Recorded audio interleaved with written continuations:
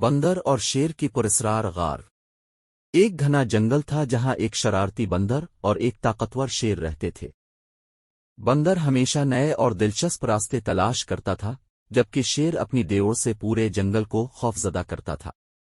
چلتے چلتے بندر ایک سنسان غار کے قریب پہنچا جہاں سے عجیب سی آوازیں آ رہی تھیں۔ اس نے دل ہی دل میں فیصلہ کیا کہ وہ اس غار کی حقیقت معلوم کرے گا۔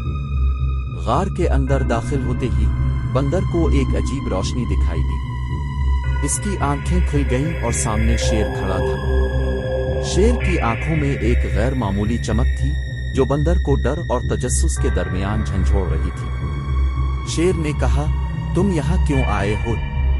یہ جگہ تمہارے لیے نہیں ہے۔ بندر نے کانپتے ہوئے جواب دیا، میں صرف یہ دیکھنا چاہتا تھا کہ یہاں کیا ہے۔ بندر نے دیکھا کہ غار کے اندر ایک پرانا اور بھاری کتابچہ رکھا ہوا تھا جس پر قدیم رسم الخط میں کچھ لکھا ہوا تھا۔ اس کتابچے میں شیر کی غیر معمولی طاقتوں کا راز تھا۔ کتابچہ بتاتا تھا کہ یہ طاقتیں ایک جادوئی پھول کی مدد سے حاصل کی گئی تھی جو غار کی سب سے گہری جگہ پر اگتا ہے۔ اس پھول کی خوشبو اور اس کے جادوئی خواص نے شیر کو اتنی طاقتور بنا دیا تھا۔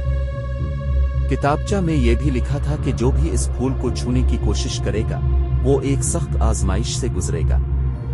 اگر وہ آزمائش میں کامیاب ہو گیا تو اسے بھی یہ طاقتیں مل سکتی ہیں، ورنہ وہ ہمیشہ کے لیے غار میں قید ہو جائے گا۔